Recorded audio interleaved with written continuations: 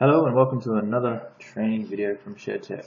This one's just a quick video on the properties window, which is this window here.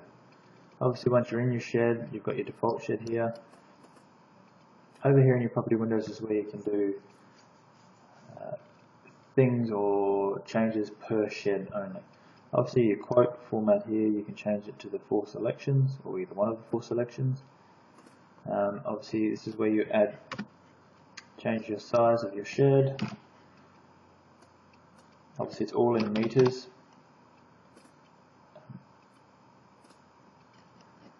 Zoom that out so we can actually see that. Now obviously here you've got your selection of bays from 3 meters to 9 meter bays. This little arrow just gives you the height, as it says, of your apex. So right here in the middle gives you the height to the apex. Very handy when building a shed next to a house, power lines, all of that. Options button here, this is where you can change individual things per shed. In your general tab here you've got the frame only, so if you click on that, it goes to frame only. Back over to options, untick that, go back into the shed.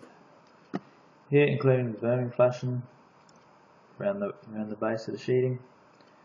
Again, here's your screw. So if you're in a region B and your default is obviously set for region B screws, if you're quoting in a cyclonic area, you need to make sure you come into here, into the options, and tick or click on the roof fasten type and change it to cyclonic. Otherwise, you'll end up with the wrong screws on site and running around to try to find some boxes of cyclonic screws.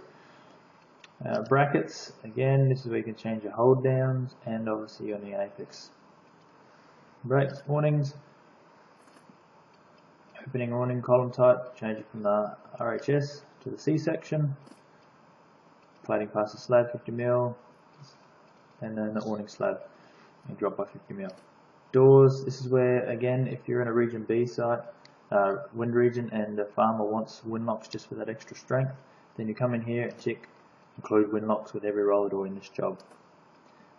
Your flashings here, above door flashing, some people prefer different types, tray flashing, over the apron flashing.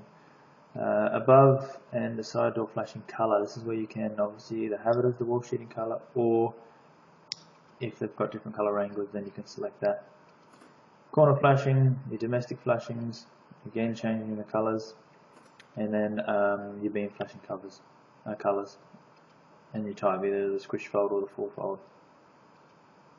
So that is your shed options in the properties window. And then down here is where you can add your awnings with your width, obviously your pitches, hinder footings, button footings, your drop, gable. I'll remove these ones.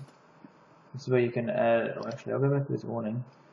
This is here, your awning, gives you your clearance at the gutter side.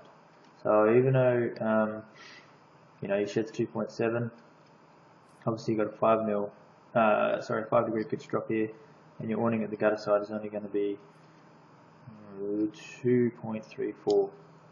Here's where you can put gable infills. Obviously it works for carports and that as well. And then your colour selections, type of sheeting, and then your rain goods, where you can change your rain goods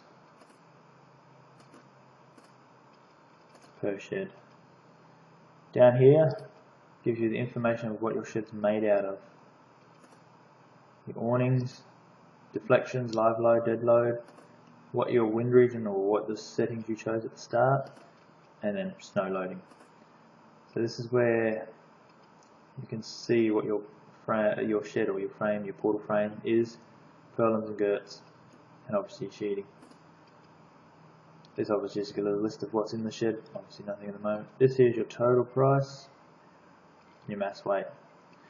Thank you for watching another video from ShedTech.